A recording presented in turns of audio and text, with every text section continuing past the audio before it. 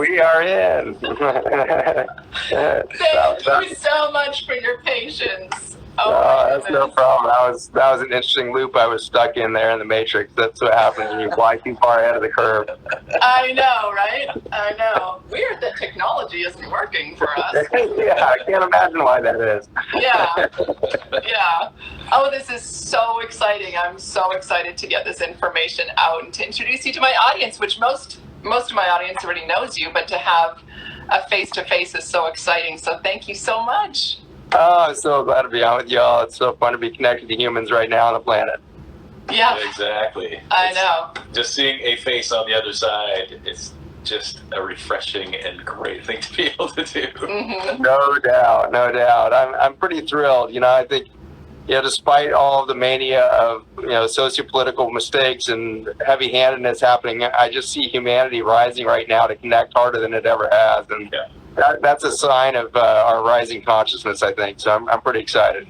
No, it's so true. There's so much strength that's coming out of this, and so much even more connectedness that I'm loving it, actually. There's obviously so much heartache and so much going on either end, but there's, like you said, an amazing consciousness that's happening, and people are waking up and really starting to ask questions. And I have so many questions that I got for you from last night and this morning, just because of what people are dealing with. Every person that I know is dealing with gut health, and it's affecting everything, and everyone wants and needs answers. And like I was saying before, I don't know if you said, this is my answer. I'm like, just take this. Believe me, just take this. And Arlen's like, you want to maybe talk about that? I'm like, no, you talk. From a few years ago when we met briefly, it was either at SoftMed or at... Yeah, I think it was SoftMed, yeah. And that's when I was introduced to what you've created. And it was at a time that it was, for me, I was looking for kind of a missing link, understanding different parts of microbiome and what was going on with everything in our environment and how that's affecting us. So being able to make that connection with you there, and then obviously use the product that you had put out, and I know you'll get into it, but just how important it is today for people to have access to something like what you created, and the different applications and how that all works. So I tease Angie sometimes because all the time.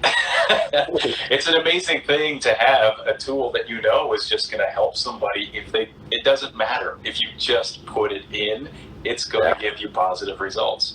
He knows why it works. I know that it works.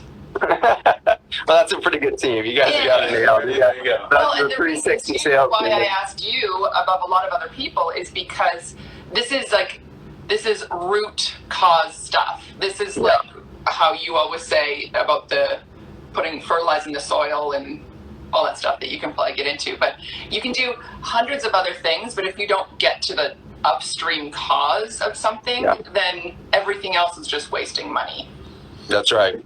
And you can see how much we're spending as a country right now. It's astounding on how expensive it is to be healthy today, right? The amount of money that we're spending on juicing and supplements and gym memberships, and we are fighting an upstream battle against a decaying biology on the planet. And we see this, 10,000% increase in the extinction rate on the planet just over the last 3 decades. And so it's not a human problem. We have a biologic collapse happening on the planet that we've engineered.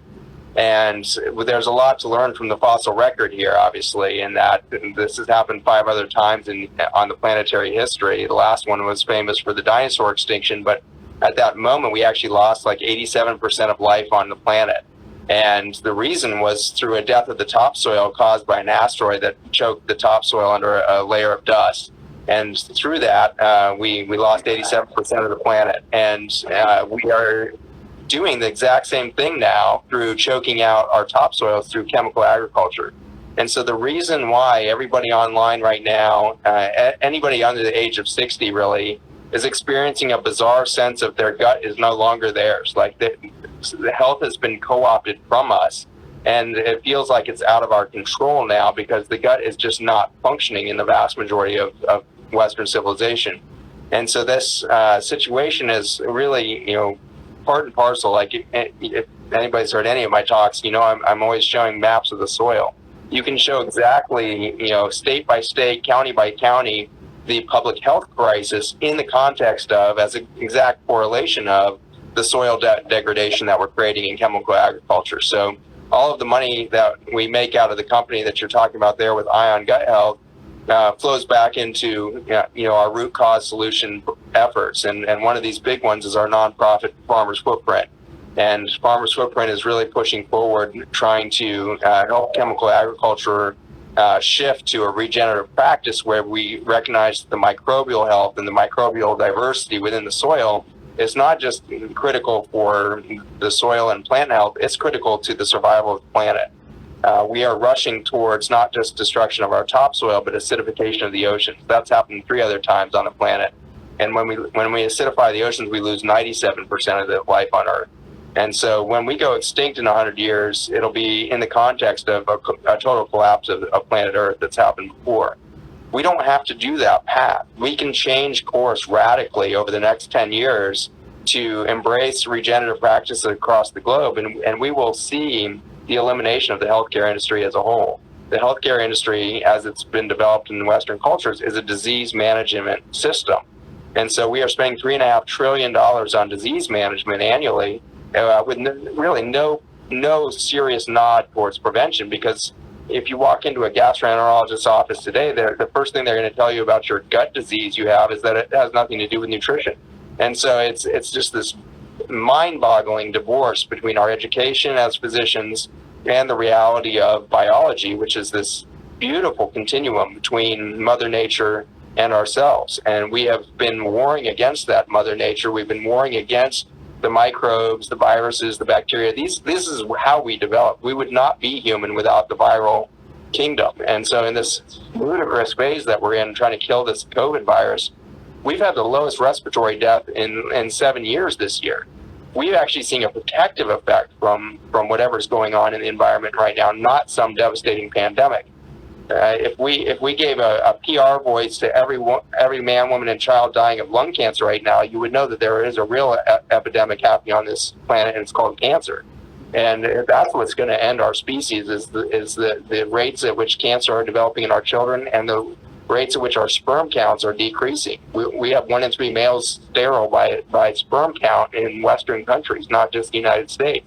We're speeding towards our own extinction, not because of some virus, but because we can no longer connect to Mother Nature through the multiple levels of separation we have, which includes our food system, but also includes our consumer packaged goods of any sort. I think it includes yoga clothes. We have taken yoga, an age-old, thousands of years old, beautiful technology for reducing stress and increasing health, and we've told women they have to do this well. They have to put on plastic clothing that has microplastics that's absorbing through their dilated skin as soon as they start to sweat, and they disrupt their entire endocrine system with microplastics. And then they lay down in Shavasana on a formaldehyde-soaked pad, and that's what we call yoga health. And so we are capable of literally taking every freaking aspect of biology and life and turning it into a toxic industry. And we've done it again and again and again. And so Ion is a foundational piece of reconnecting your biology, your microbiome, back to the human cell. What we discovered in 2014 was the communication network made by bacteria and fungi when they consume food. And remember, when you put food on your plate, you're not feeding the human cells. Human cells cannot use broccoli, sweet potatoes, or the steak. It's useless to the human cell. That is feeding your microbiome, which in turn has to feed your liver, which then has to feed your mitochondria, which is this bizarre little bacterioid guy that lives inside of your cells that then will feed you. And so you are multiple levels divorced from the food on your plate. And when you lose that work center of the microbiome, you're starving to death at the cellular level. And your response to that is start storing every possible calorie as fat, not muscle and brain. And so we are literally starving ourselves because you're never satiated. That's right. Yeah, and you have stress signal, just pouring out of the brain. That's triggering your desire for that drug response from fat, salt, sugar combinations and the rest. So you've got this bizarre situation where human biology is actually empowered and actually facilitated by and the result of microbial species that are non-human. And we really need to rapidly get Western medicine aligned with that, because as soon as COVID happened, we started spraying the atmosphere with even more toxic chemicals to try to kill viruses, which can't be killed because they're actually non-living. You can't kill something that's not alive. And so we think that viruses are somehow related to bacteria, and they're not. They have nothing to do with germ theory. They have nothing to do with our current concept of illness and sickness. Viruses are a genetic signal from planet Earth to all of its species.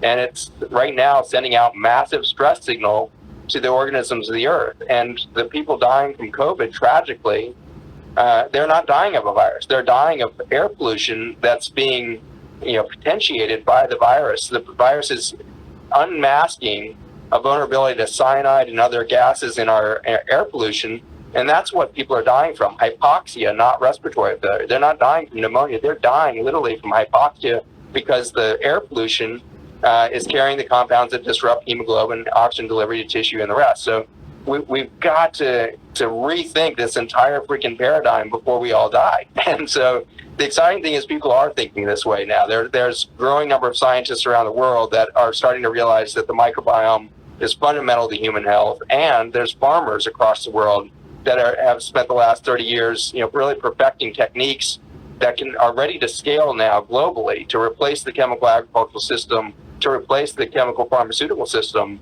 over the next decade. And if we don't, we will perish. But we'll do that together too. As a hospice doctor, I can tell you that death is beautiful. And so we can die beautifully when we realize that we've made massive mistakes and that we've misaligned with life. And when we realign with life, even if it's for the last few decades of our existence, it will be beautiful. We are capable of witnessing great, great beauty when we lose fear. And right now, the world is trying to shake the fear off of us that our governments are pouring on. And if we shake that completely, we are going to realize a state of just extreme beauty and capacity to witness beauty. And we are going to produce a different society, and our children will actually be able to reproduce. And we will see children not with cancer. We will see children co-creating with nature to create a Garden of Eden that we haven't seen ever. And so this is my hope. This is what keeps me going in the morning, is we have not seen human consciousness yet because we have been at combat with our nature. When we align with nature, we will see a consciousness rise where we redefine beauty. It will not be at the skin level. We will see the goddesses and the gods behind these biologic bodies. We will see the souls that are in this matrix that we're living in, that are here to love each other and witness the extreme beauty that we are capable of. And we will wrap each other up in holy hugs. We will just be overwhelmed by the beauty that each of us brings into a room. And we will be aware that we have made catastrophic mistakes in our fear of ourselves, in our sense of insecurities, our sense of who are we, why are we here, we're not enough. You are enough. You are here at this tipping point, not in human history, of biologic history on the planet. You showed up right now, 7 billion souls, and this is what we're here to do, is to now do something that the microbiome does, which is called quorum sensing. If we connect at once, we will do hyper-intelligence. We will reach a consciousness level of vibration that will shift everything. And if we don't, that's okay too, because energy cannot be destroyed. And when we disappear as a species, it will be to leave Mother Earth in her peace to recover again. And maybe we get to play sometime down the road again. But right now, I have a sense that the children being born today, in the toxicity that they're being born in the disconnect they're being born into, they have the opportunity to be rewired at a different state of being. And autism, I believe, is this tragic experience for parents right now. We're working with 40,000 mothers of autistic children. You have never seen a more exhausted human being than a mother with a severely affected autistic child. That woman has not slept in decades. That woman has fought against a community of medical doctors that blame her for this child's condition. This woman gets no answers. She only gets a sense of hopelessness from the medical community. And so I witness these women, and I witness their children. And when those children start to recover, you realize that they will never be able to be wired with the current paradigm. They will never be able to believe what you and I believed as children. They will never believe that the shape of their face or the color of their eyes are their beauty. these children know something much deeper. They are connected at a much more fundamental level, perhaps because of the injury that we have caused in the toxicity we've created.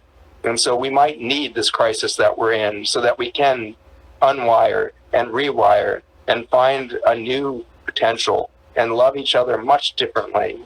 I think if we could see each other's glory, we would not waste our words and things like hello and how's the weather and how's the day and what did you do yesterday and what did you eat and what show are you watching and what's your favorite meme right now. That's so much layers of just distractive stuff covering up our own fear of our insecurities, and we would instead just fall at each other's feet just in awe of the beauty that is carried and at the soul level of each one of us, and we would just interact so fundamentally differently. And so it's a pipe dream on one level, but I'm watching it happen. Bizarrely, when we reconnect our too. There's been such a pause, and in that pause, there's so much reflection because you're just forced to go inward, which is causing obviously just so many different effects, from depression to like isolation, all of these things, and a massive fear that's there. But in conjunction with that, there's this, like you said, this power of awakening and realizing what matters and exactly like what is important. Our health and human connection and connection to the earth and all of that, like that's everything that's important. Well, even Zach, you touched on it, saying that death can be beautiful. And I couldn't agree more. And that's without us having a conversation and exactly saying, well, what do you mean by that? What do I mean by that? But when death is at least in our view, change happens. Fear can come up, but at least then fear can be dealt with. Then once, like you said, fear is dealt with and it no longer has the hold, now what? Now there's actually purposefully moving forward with the life that is still there. And I think that's what a lot of people are going through now. There's death in different areas. If it's not your own life that maybe is coming to an end, there's death in the areas of either beliefs, things that you normally would do, and even what you just touched on. What is the conversation we're having based on? Is it depth? Is it meaningful? Or is it just fluff? And I think at this time, we had a hard time connecting to start this. But once there was connection, that is what it's all about. And it's just in a microscope right now. Having human connection right now is such a gift. And you get rid of a lot of the fluff. But that's a death in itself of saying what needs to continue, what needs to be the thing that is focused on. Maybe some of these things are healthy deaths that are happening to create a better moving forward. So create space, yeah. In space, yeah, exactly.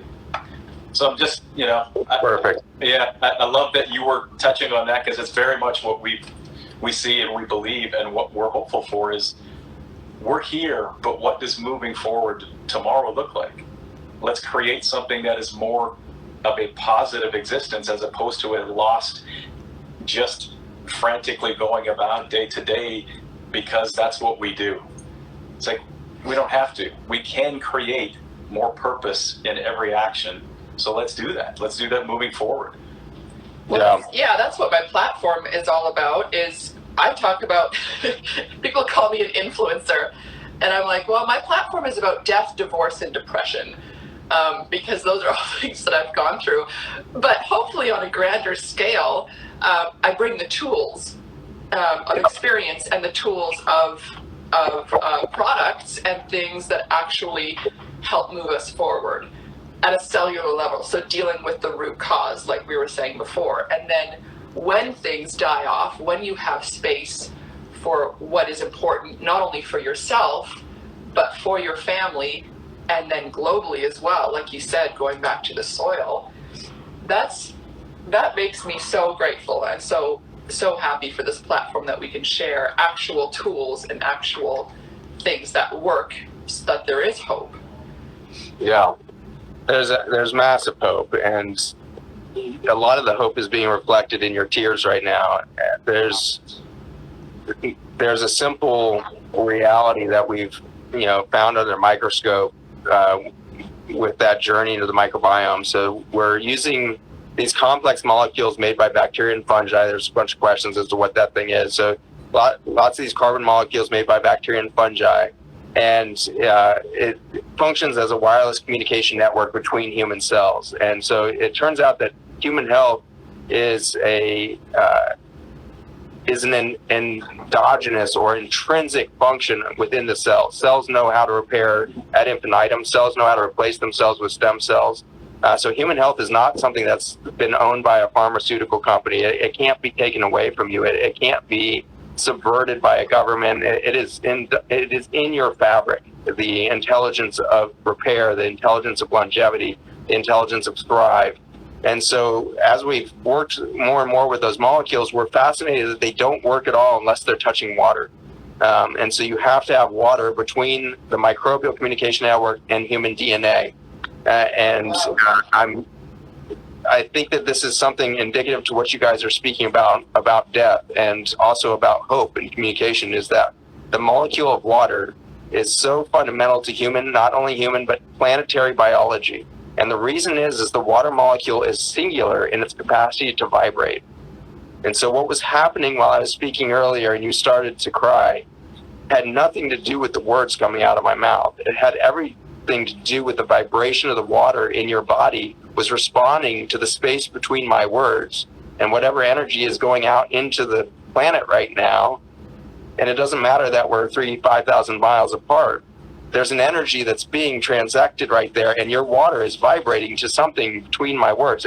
I could be telling you the pizza recipe from last week or something like that, and you could still cry, because there's love and a sense of respect for the both of you that I feel, and am aware of your humanity. I'm aware of that ancient soul within you that's trying to seek truth for those not in your home, but for the whole planet. You're bringing this platform out to engender truth for the planet, and you're vibrating to that sense of, I can see you, Angie. I can see you. I can see why you are who you are, and why you showed up right now at the tipping point of human history. And that should be an emotional experience for both of us to be able to see one another.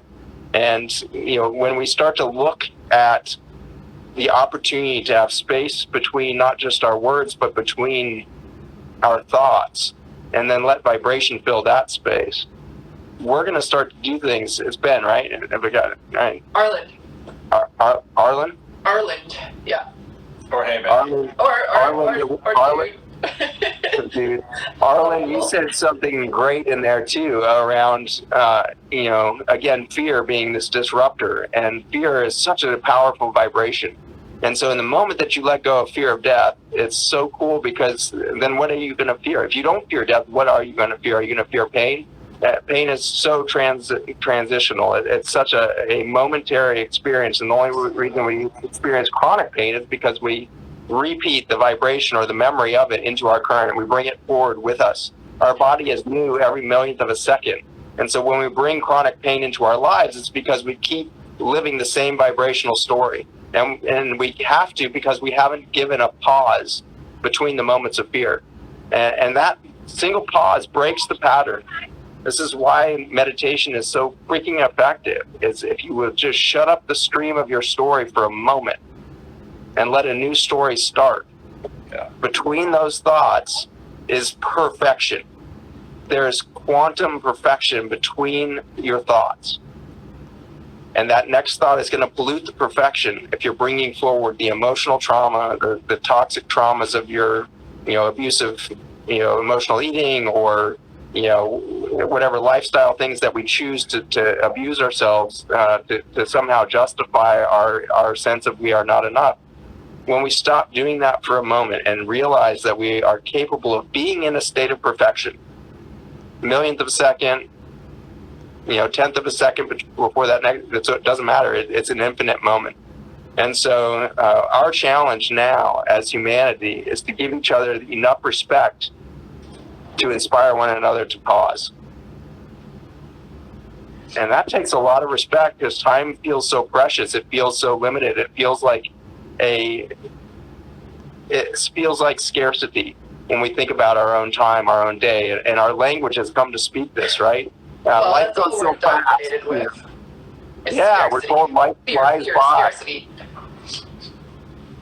But what respect is it when we stop for a second? And there's, I don't know, it looks like 284 people on right now. Let's do just a human, beautiful moment of just shutting up, and let's just try to silence our minds for a moment, and let's all focus on beauty. And so I want you to pull into your mind's eye something non-human, because there's too much emotional baggage on the human concept of beauty. So pull into your mind's eye a rock, a waterfall, a tree, a flower, something that you've witnessed recently that captured your attention. And let's spend 30 seconds in silence looking at beauty.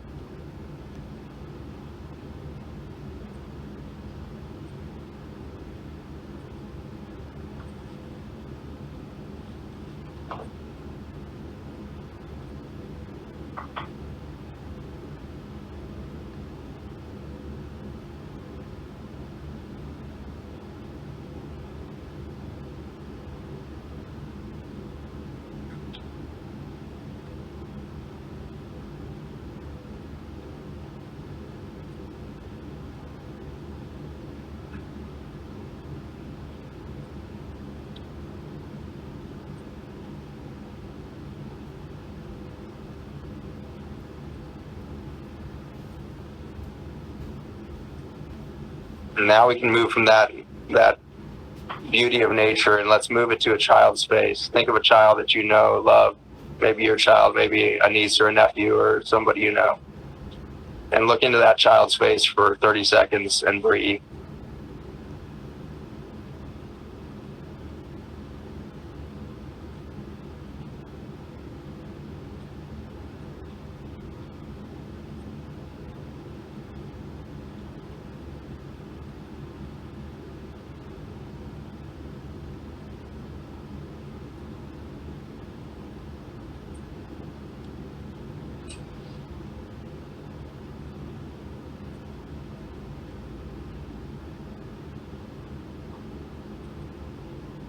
And then I want you to keep your eyes closed and look at yourself for a moment to realize you're still that child.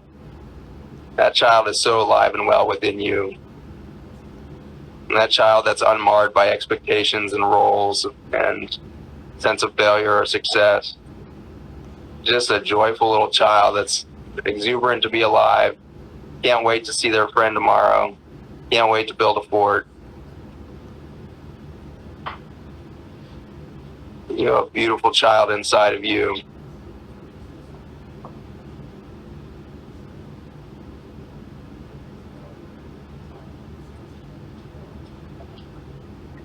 That's where our strength is going to lie as a species. That's where we're going to find our grounding again. In the faces of the children, in the faces of our own child aspect. And we're going to forgive each other so deeply, and we're going to celebrate one another so effectively when we can see for each other for all of that. Well, I think for me, one of the most important things to do in those moments is allow what naturally happens is focus, which is clarity in purpose and clarity in bigger picture things. And I think, looping back to what I had touched on and what you have already said, moving forward, we have an opportunity to become more clear in what we are purposely moving towards, what we are doing with every moment, because we're creating every step forward that we're taking. Why not take the time, and why not take a moment to slow down, to be more purposeful, to have clarity and purpose in every step? So doing this, I don't even like to call it exercise, but doing something like we just shared, I hope anybody that actually did that had that experience as well, to saying, yeah, there's a lot more clarity when I just take that moment, when I just allow things to be decluttered and focus on the things that will move you forward. And I love being able to share that on here, but hopefully that's just a little example moving forward, no matter what our circumstances are, no matter what our world is looking like, because we are creating our own world from this moment forward. And this is such an important moment to sink into that opportunity, because my biggest fear for mankind right now is that we're going to return to normal in the next couple weeks. If we do, we will have missed the biggest opportunity in our lifetimes to create a new normal. The world has never taken a collective breath like this before, ever. And so we, through the intention of fear, created the best opportunity we've ever had. And so I want each of us to be finding the silence between our own thoughts so that we can allow a new normal to emerge. A new normal that stays more connected to humanity, that you perhaps reconnect to now that you're not driving fanatically everywhere and running to every last soccer practice and everything else that's got you run ragged typically. Be very careful about what you add back into your life in these next couple of weeks. Be very intentional about what it is that you are here to do, because it's not what we were doing before. Not a single one of us could have been fully in purpose 4 weeks ago or 8 weeks ago, because this happened to humanity. We might be on our path towards our purpose. We might be finding our next stepping stones, but there is an opportunity for not a linear path right now. There's an opportunity for a quantum leap in our sense of purpose and our sense of shared transformative capacity. A metamorphosis has to happen. There is not time left for biology on planet Earth to do some sort of linear, typical change process. Change is glacially slow when it comes to human consciousness and global behavior. Technology changes fast, but our consumption of it doesn't change. And so we have to change that consumptive behavior. And the consumptive cancer that we represent on this planet right now, we're sucking the resources out of the planet for our own convenience and for our own sense of desire for wealth. To change that, you're going to have to completely lose the belief of scarcity in every area of your life. There is no spiritual scarcity. There is no economic scarcity, because we put the value system in the wrong place. We value things like real estate. And so we built an economic system on owning things. And when you go and try to buy up the world as an American empire or a British empire before that, or a Roman Empire or a Persian Empire, you name the empire that's risen and fallen, it was based on the ownership of stuff. And that might be gold, it might be silver, it might be land, it might be any resource you can name. It might be the ownership of other human beings and their bodies in slavery of any shape or form. The indentured servitude of the modern banking system is the most extreme version of slavery we've ever seen. We are slaves to our mortgages. We are slaves to interest on our credit cards or whatever it is. We are indentured servants to a system that has placed its value in ownership of stuff. We need a new value system, and so we've been working with computer algorithms, which is so fascinating to me that you can find truth in computer math. But we've been working on algorithms that would calculate a new currency based on human interaction as the value point rather than ownership of stuff. And it's really interesting the way that the ramifications of it are pretty profound. It means that all of the wealth that's been sequestered in the world so far would instantaneously become worthless. It doesn't matter how many zeros the billionaire has on the end of his bank account, it's still zeros. And it's still monopoly money backed by nothing real. Ownership of this planet is a false premise to begin with. And so then to build economies out of a false premise of ownership is doomed. And so we need to start with what is real, and we can find that again at the hospice bedside. In my patients that are dying at 60 years old, 6 years old, or 106, I get to hear something really beautiful, which is their story of their lifetime in their last few minutes of life is always a constellation of the relationships that have touched them and the lives that they've had the opportunity to touch. And so in the last few seconds of life, we suddenly do a recalculation of value. We suddenly have a reorientation of our system of belief around valuation. And I've never sat with anybody from any socioeconomic class that's told me how much money they have in the bank. I have no idea. I don't know what a single And nobody's told me how many houses they have, how many cars they have. I've never heard it once. But what I've heard thousands of times is that I had this interaction with this woman when I was 16, and they tell me this crazy ass story of a stranger who did something beautiful for them when they were 16, and it changed their whole life. And I hear stories like that. I hear of children that died and crushed the heart of a mother who then found a deeper truth behind that death in their life. And she remembers that from 50 years ago. And when she's dying at 95, she remembers the death of that child as one of the most important movements of consciousness in her life. And she's excited to reconnect with the spirit and consciousness of her child on the other side of the veil. That's the value system that we could rebuild a culture on. That's the value system we could rebuild an economy on to start over again. My fluid is responding to your space. You are an ocean. No, I mean, it's obviously we could talk all day long, but what you're saying is my whole premise of why I share on Instagram, because I was at my mother's bedside when she passed away, and that shifted everything for me. My father died when I was young, so it accentuated my mother's death, as then both my parents and all of my grandparents are gone. So I'm, the matriarch of the family, and the sense of responsibility that I have as everyone before me now is gone is sharing that, exactly what you just said, sharing that what we have had before means nothing. The money that I've had before means nothing.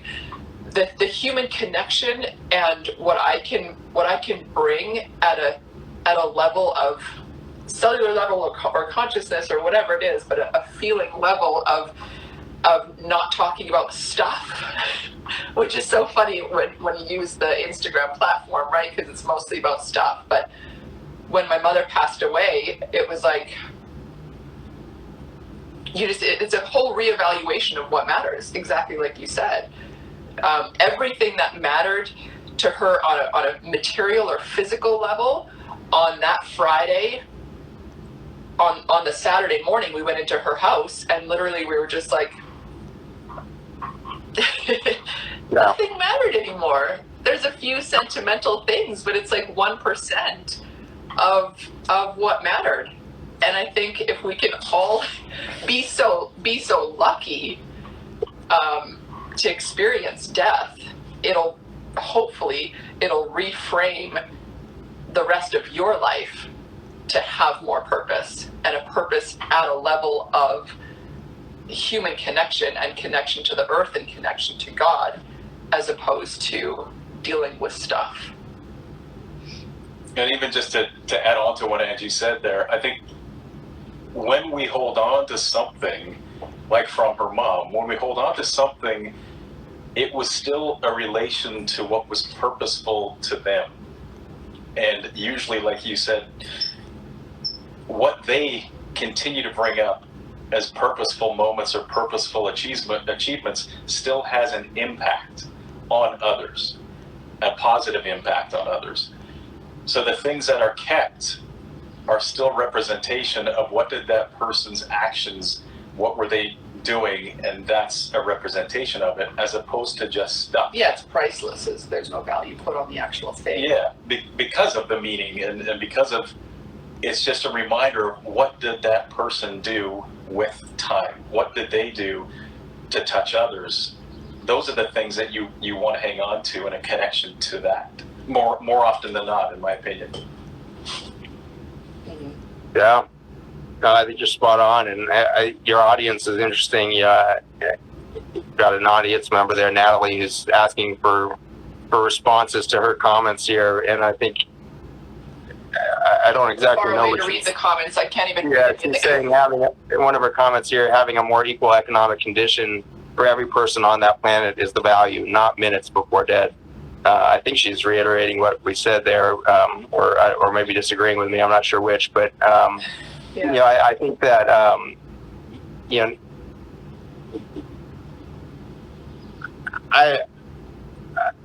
I think that what we're beating around here is a fundamental sense of there is such injustice on the planet, and we put so much energy into the battle of injustice. And so as I'm looking at these comments, a lot of them are just celebrating the conversation, but those that seem to have issue with what I'm saying seem to be around the fact that I'm missing a deeper injustice than that it doesn't reconcile in those last few minutes of life.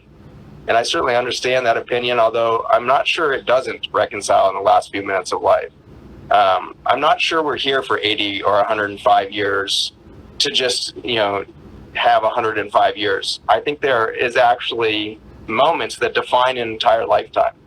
And I believe that each of us will have one of those moments in that last transformation event. Death is not an endpoint, it is an absolute expansion. And you find this out anytime you see somebody cross the veil and come back in the ICU when you resuscitate them or whatnot. The stories that you hear from the other side of the veil, I think, reassure us that the injustices that we see on the planet right now are symptoms of a disconnect from a deeper reality that's out on the other side of the veil that we can't see while we're in this physical restraint of body. And so I understand why people will hear that something like this conversation and feel like this is such blue sky bullshit. There's no way that this is like real stuff we're talking about. Like, oh, okay, yeah, people have been saying since the beginning of time that we're about to have some, metamorphosis, and we're about to have consciousness rise, and we thought that it happened with Buddha or whatever, or we thought it was going to happen with Martin Luther King, and we see these moments, and then life just goes back to the same BS, abusive, destructive, co-consumptive behavior of humanity. I think it's okay still. Like, the journey is okay. We shouldn't damn our own journey as a species. We are broken for the reason that we need the brokenness, and I don't know yet what that reason is. I don't know why we refuse to change until we see cataclysmic crisis. But that is why we change, is when there is crisis, when we hit that proverbial wall, when we finally hit rock bottom, as they say, that's when transformation happens. And so maybe as a species, we need to approach that extinction event to have the clarity of necessity for transformation. And so I hope that nobody's listening thinking that I've got it figured out or anything figured out. All I know is I am starting to find deeper truths in the space between the journey than the journey itself. The journey seems to be full of a bunch of human thoughts and emotions and all this. And so that's the culmination of that is tragic on a million different levels. We have people dying of complications of pneumonia or COVID or whatever you want to call it. But we have people dying right now, and we could consider that a massive human tragedy. Or we could recognize that this point was destined. Like, whether I don't know if you believe that there's free will or destiny as an audience, or even the two of you, but certainly the souls must have a sense of the future they step into, if there's such a thing as a soul. If a soul is a vibration outside the body, it is eternal in both directions as a vibrational energy. And so that vibrational energy would have to know the journey that it's about to take, I think. And if an autistic child, imagine the courage of a soul that jumps into a body that knows that suddenly at 18 months of age, following a fever that followed a vaccination, suddenly they lose their ability to speak, and they can no longer sensory process the world, and they hit their head against a crib for 6 or 8 hours a day to create enough pain signal from their skin so that it can focus. What is that soul's journey? And what courage has that child showed us in their willingness to take that journey? And what are they going to show us on the other side of that journey? And so the journey itself is chaos. It's heartbreak and tragic to witness. But the space between it, the consciousness between it, where there is simply silence, and then in the silence, just like in vacuum space, there is pure vibration. That's the journey we're on, to interact momentarily with vibrational moments. And a patient of mine who reaches this new consciousness in the last few minutes of life, I think achieved what they came to achieve.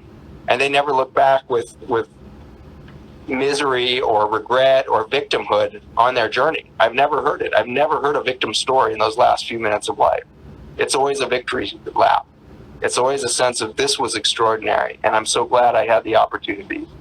And I definitely see anger, and I see all of the levels of grief leading up to that moment, because we have to go that journey because we're human emotional. But in those last few crystal moments, unless of course we've so drugged that patient up that they can't speak anymore, but in those few moments where we've left that patient in a conscious state, it's a beautiful victory lap. And I've seen children do it, and I've seen adults do it. And the victory lap is not gentle either. It's not like, woohoo, it's all rainbows coming out of my butt at all. I have seen the most guttural screams in the last breaths of life, screams out into the universe, saying with a new mission statement with that scream that carries out into the world. And every time I've heard one of those guttural screams, it is not anguish. It is a scream of intention, and it's setting some vibration through that space. And so I really believe that it might make it sound like death is like this, sudden bucolic moment. It's intense. It's freaking real, and the person might be shitting themselves, and their bodily functions are shutting down, and they can't breathe, and yet that's so clear, and it's so intense, and it's so real. And so that's I think what I want to be careful that it doesn't sound like I'm painting some nirvana. It's not nirvana. It's reality. It's a deep realness that's so much more profound than anything we get to experience in the day. Well, sorry, baby number one woke up. We have that child's face to celebrate. Exactly. Zach, I just wanted to touch on something that you said that for me is what I see, I would say daily, but through conversation, through connection with people. More and more, well, I should backtrack just a little bit to give a little bit of an idea of why I'm even coming from this angle. 10 years ago, I knew what I knew from studying energy and how that applies to us. How can we use a source of energy, whether that be light, whether that be PEMF, whatever source that is, how can that be applied to create a positive effect on whoever it's being applied on? And from 10 years ago to today, I can tell you I have an entirely different brain around energy, and there is so much that I would have discounted or said, well, that's not going to fit for how I would be using this. So it's a little too, whatever category you want to put it in, too woo-woo or too hardcore or too, but to fast forward to why I'm even bringing that up, I had to go through processes to question, well, is this a valid way of looking at energy? Is this something that will be, change my thinking and change how I might be able to use that source of energy now to create a positive that I would have fully discounted because of my own mentality and my own approach with it prior. And I think that's where we're at in many ways with belief systems and how we have categorized, this is what I believe, this is what you believe, then we don't see things the same way. And I think what's interesting is whether you put another term to it, another, belief on it, you still come back at some point to, we are energetic beings. We are created with energy. We are energy. And it depends on how far you want to go down that path. But the things that you're talking about right now, at an end to life, which I agree with you, that's not the end. It's an end of a chapter, but it is not an end of what is to come. And there's transfer of energy. There are so many different things, and you being in the position that you're in, experience that often. But how do we translate what that transition looks like? What do we do with that? And I think there's multiple levels, and I don't want to start getting confusing in what I'm saying. To try and bring it back to what I'm talking about is to find ourselves at a point of disagreeing on things based on the labels we've put on things would be so unfortunate, as opposed to find the ways that we come together and hopefully learn from each other. You know, I would far rather sit in a room with people, 10 different people that have different opinions than me, because I'm probably going to have an opportunity to learn something and maybe expand my own thinking, and maybe that will give me more tools to be positive, a positive outcome for others in this life. I don't want to sit in a room that just confirms all the things that I've built my belief systems on. Great when you have those people around you, but to say those are the only people I'm going to surround myself, I'm the one that's going to miss out, because I need to expand at least my ears to be able to listen and hear where someone's coming from, and hopefully gain from the wisdom that others have. So my point in all of that is, you're talking from your perspective. You said you don't know if we share the same belief systems. I don't think that's the most important thing. I think the most important thing is, where do we come together regardless of our belief systems? And I'm saying that for an audience, obviously, as opposed to, where do we find the divide that continues to create separation that stops everything that we're talking about when it comes to the human contact and the human growth of being together and creating a positive in whatever plane we're talking about. That, to me, is such an important part of where we're at today, what we're going through, but how we can move forward. Is we can have different belief systems, but why does that have to cause separation, as opposed to more relationship and trying to create understanding? And hopefully there's growth in understanding someone else's position that creates more a togetherness. And more often than not, you find human beings want connection.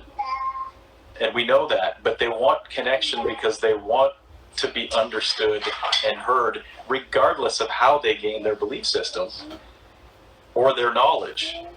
They want to be heard, to be understood, and now we can move forward together. And I think that, to me, has become something that's so important, is listen to where somebody's coming from. Once there's a listening that is followed by understanding, now let's, as cheesy as it might sound, you can take that person's hand and say, now let's continue to go down a path together, as opposed to saying, let's continue to create separation. So, probably went up a little bit on a tangent there, but I just love where you're coming from, when it's bringing different perspectives and different sources of an energetic aspect to all of this. And what do we do with that? How do we create a positive with everything that is there that we can create a positive with? Hope that makes sense.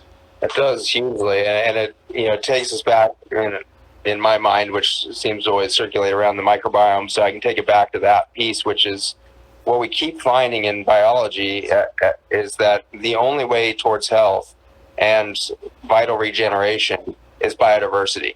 Uh-huh. And so we can now apply that across as a fundamental truth, like the laws of thermodynamics themselves. Like the fundamental truths of energy or biology are the same across all fractal levels, whether we're talking about a molecule, a cell, a human, a planet, a solar system, the galaxies, or the universe itself.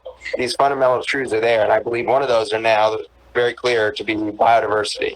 And so the more diverse our socioeconomic systems are, the more diverse our ideas are that we bring into a room, and the more diversity of opinion you make yourself available to, is going to enrich your experience. It's going to create a really heightened state of consciousness and biologic wellness. And it's interesting that when faced with fear, we're told to go all hide and sequester away from one another. And so I think that the response to the pandemic has been indicative of the broken mentality that led to the pandemic itself, which is we are somehow separate from nature. We need to fear it. We need to fear each other. We need to fear touching people. We need to fear handshakes and hugs and kisses. That's ludicrous. It's not biologic. There's no biologic evidence. In fact, a good study showed that if you get more 7 hugs a day, you have a 30% reduction in flu. And so the more touch and the more, human connection you get, it looks like the better your immune system functions. Yeah. And so that makes so much sense on a lot of levels. But thermodynamics, you said it very clearly, is energy is everything. And unfortunately, the word energy, when you start to think about health or anyways, it kind of was co-opted by the New Age movement, perhaps, or whatnot. And so Western medicine has recoiled from the word energy when it's thought of as therapeutic. But in fact, there's nothing more real in science than the statement, we are not biologic, we are energetic. Because we know we are not molecular beings, we are atomic beings. Every molecule made out of, atoms, every cell containing billions of atoms.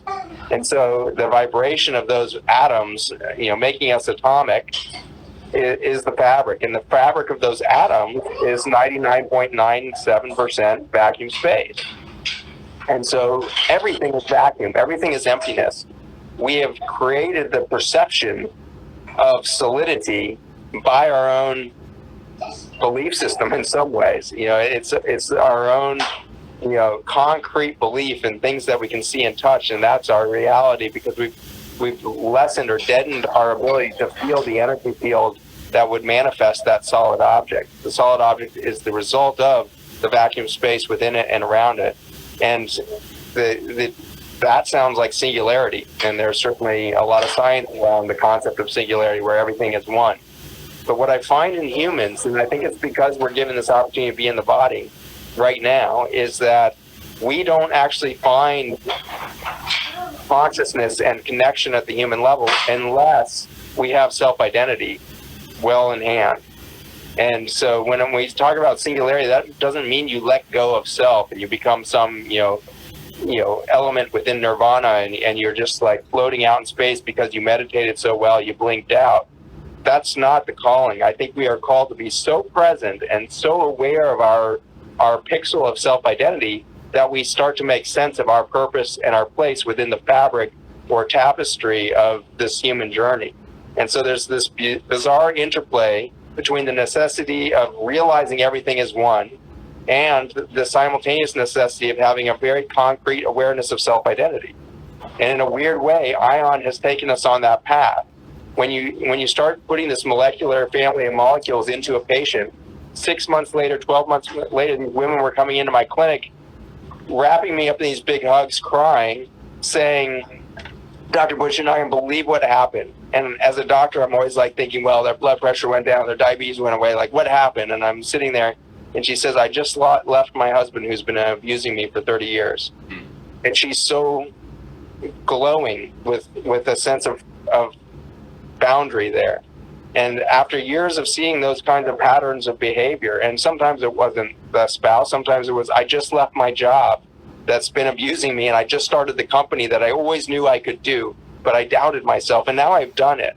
I watched that over and over again, and it was years before I realized that this product that rebuilds the boundary of your gut lining and the vascular blood-brain barrier, as soon as you have microscopic barriers in place, your self-identity becomes strong enough that you can become stepping into that macro boundary, macro self-identity, macro purpose.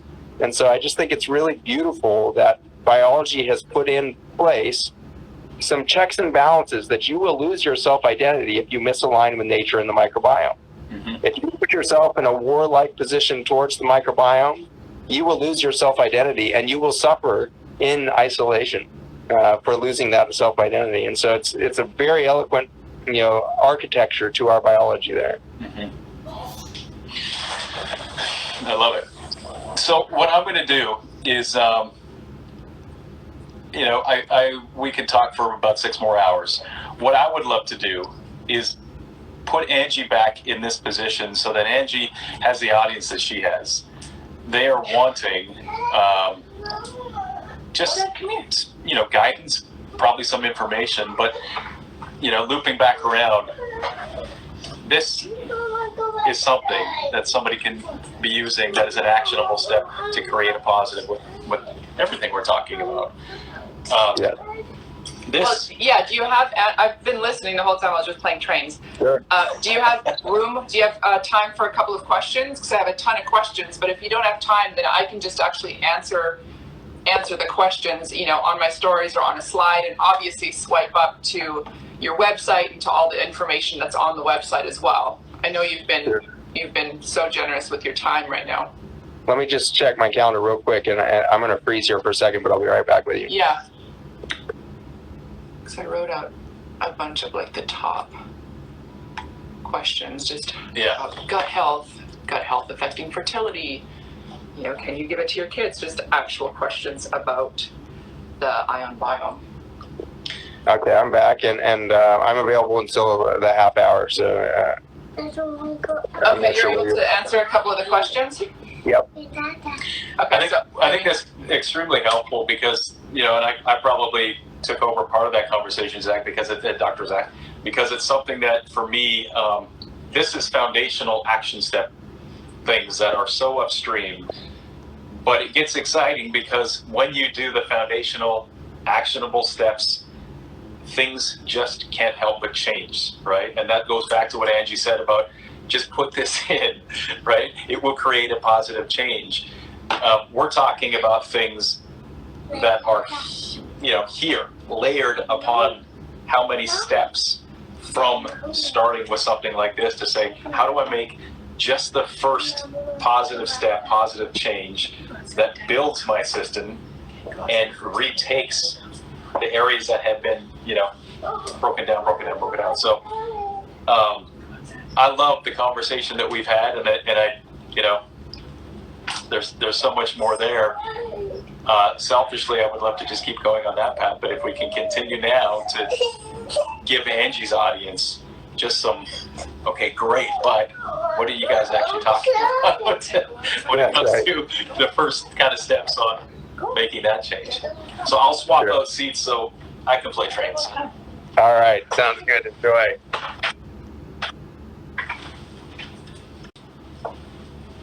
Because baby number 2 is going to wake up right away too. It's about to get really exciting. I love it. Yeah, I know. Oh my goodness. Well, I certainly wasn't expecting such a wonderful, wonderful conversation. My goodness, you are an incredible human being. Thank you. You're bringing it all out of everybody. No, I appreciate this so much. I know there's a ton of questions here. Do you want to address gut health and fertility? Because I know a lot of women on my page ask me all day long about fertility. There's such a huge issue now with women. I mean, you talked about it before with male sperm count. Yes. Yeah. We have 1 in 4 women in the United States now with polycystic ovarian syndrome when we screen for it, and that's the most common cause of infertility in women, and it is one of the many forms of infertility, all of which tie back to the gut ultimately. It does. Okay. Yeah, and so gut health we now know is fundamental to the metabolism at the cellular level. So mitochondria, which drive human energy production, these little organisms are very easily poisoned by the environment. And so Roundup being the primary toxin on the planet right now, 4.5 billion pounds a year, that Roundup weed killer that's in your garage or on every factory farm in the world, that chemical disrupts the gut lining, and so you develop leaky gut. Which is and as soon as you glyphosate, and so as soon as you disrupt that gut lining, you drive a chronic inflammatory reaction from the gut. And as the immune system becomes overwhelmed, it can become its own problem. It can start to generate more inflammation downstream than the original injury even did. Mm-hmm. And so in that chronic inflammatory snowballing effect, there's a huge array of hormones that get screwy, but the one that's probably most important as just a marker for fertility is insulin. When insulin starts to go up, we start to see progesterone, estrogen imbalances, and thousands of other growth hormones and growth factors downstream start to get perturbed. And you'll see disruption of the menstrual cycle, you'll see disruption of ovulatory function, you'll see disruption of the ability for the egg to implant. At every single part of fertility, you'll see disruption. And so in our clinic, we take all of our patients through a nutritional process of first learning how to reduce the amount of toxins in the food. This is basically by getting closer to the garden. So plant a garden, plant something. If it's just a mint plant in the window, that's fine. You got to start somewhere to start something real. And then you start to get as close to the soil as possible. So root vegetables are the beginning of fertility again, and when that makes sense because fertility of the planet comes out of the soils. Wow. And so you start with root vegetables to rebuild fertility in the human body, and it's because of the fiber in those vegetables that you're going to improve fertility. And so the root vegetables that I'm most fond of include things like your daikon radish, red radish, black radish, your turnips and beets, your sweet potatoes, your purple potatoes from Peru and that kind of traditional potato. Then your colored carrots, your purple blood carrots, your orange carrot is fine as well. The white carrot is interesting as well, similar to the daikon radish in some of its nutrient profile. And so get those root vegetables going in multiple forms. Certainly steam them, cook them, add them to the food, but then also importantly, ferment those. And so fermented beets are often called kvass. Fermented turnips is called sour Reuben. But for just a few pennies, you can buy a couple of turnips, steam them up, or just grate them raw and grate them into a saltwater bath, and then let those steep in the open air and throw a towel over the crock, let that ferment for a couple of weeks.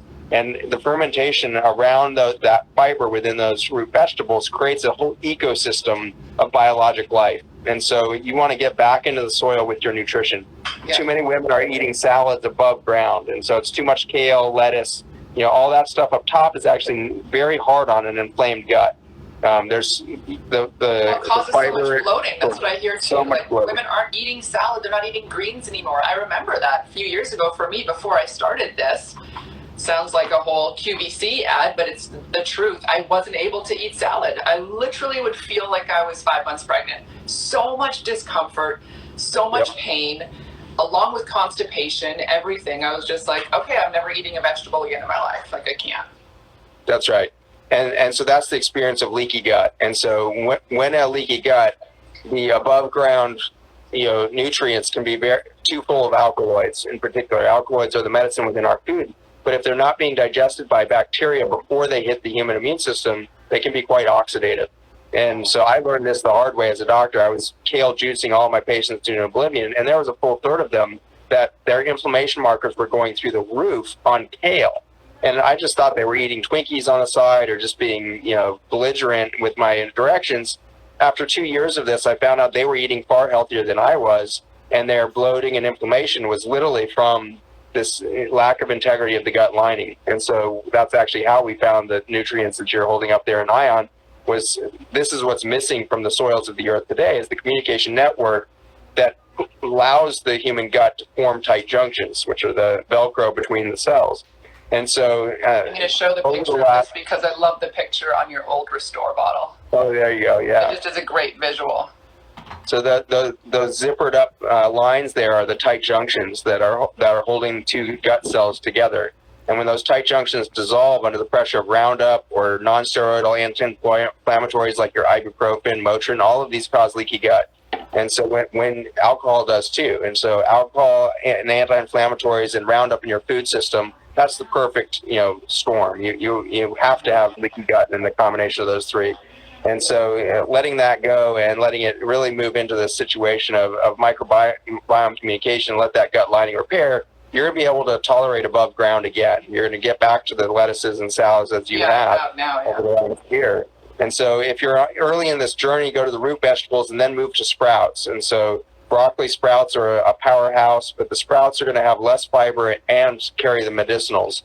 And so move from the root vegetables up into the sprouts, and then to the kales, Brussels sprouts, and other cruciferous vegetables like your cauliflower and like. And so that's kind of your hierarchy into the vegetable world again, to really start to enjoy the nutrient density and nutrient medicinals that are in that food system that right now are often causing more harm than calm in the gut. Mm-hmm. And I think that actually answers a lot of people had questions about SIBO. And about bloating and all that stuff. So I think that answers the question to that. A question about how this is different than a probiotic. Why are you taking this instead of or along with a pro and prebiotic? Or is it something that's totally different? I'll start there, and then we'll go after the SIBO comment. So probiotics have long been, I think we owe a huge debt of gratitude to the probiotic industry for giving the world the belief that there's good bacteria. Up until that moment, we just thought we had to kill all bacteria. Yeah. So that was a progressive step. But I've been lecturing against probiotics for years, because as you start to look at the microbiome in the human gut, you realize you're looking at least 10,000, but probably 30,000 species of bacteria, and some version of 5 million species of fungi, and some version of 300,000 species of parasites. It's this vast ecosystem in a healthy gut. 300,000, did you say?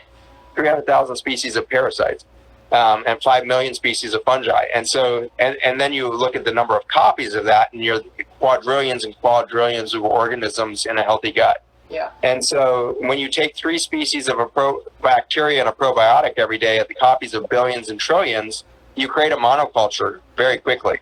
And studies in 2018 showing in both in mice and humans that the probiotics were having the same effect as 2 weeks of antibiotics at holding down the microbial diversity in the gut. And so we stop probiotics in 100% of our patients now. We used to say, oh, maybe after antibiotics you should take a probiotic. That was the worst time to possibly take it. Those studies in Cell proved that in 2018. So probiotics are a disaster for human microbial diversity. And so you've got to back off the probiotic, and you've got to really allow the biodiversity to be informed by nature itself. So the product you are holding in your hand is sterile. There's no bacteria or fungi or parasite in it. Instead, it's just the communication network made by that diverse ecosystem, and it's integrated in a colloidal structure with amino acids and minerals to be the compost for the microbiome. And so you're literally taking a liquid compost for the microbiome along with the communication network to coordinate that recovery. Then you need to get out in nature. And so once you've got the compost there, you want nature to reseed your gut. And so we have people do what we call breathe your biome. So hashtag breathe your biome was movement over the last couple of years. And it's beautiful to go on there and just, hashtag breathe your biome, just scan through those pictures. You see children and humans in all kinds of fascinating places of nature that you forgot existed.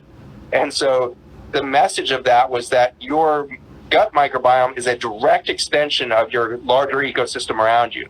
And if your daily life is waking up in an air-conditioned drywall box, and then you go into a garage and get in an off-gassing plastic car, drive to a carpeted cubicle that off-gasses carcinogens all day, and then go to the grocery store and buy a bunch of chemically infused food, go home and then heat that up in a microwave that kills the water structure, there is no way that you are biologically even approaching health. And yet that's the majority of our experience day in and day out. And so we have to get back in touch with that nature again. And so you want to do this. Cancer and diabetes are the norm. Yeah.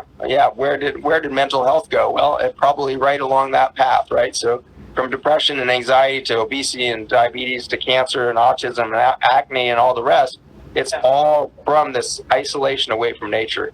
And so once you have the compost of Ion or Restore, there was a question, is Restore the same thing? Same product, just got rebranded last year because we've got a bunch of other products for the microbiome coming out soon.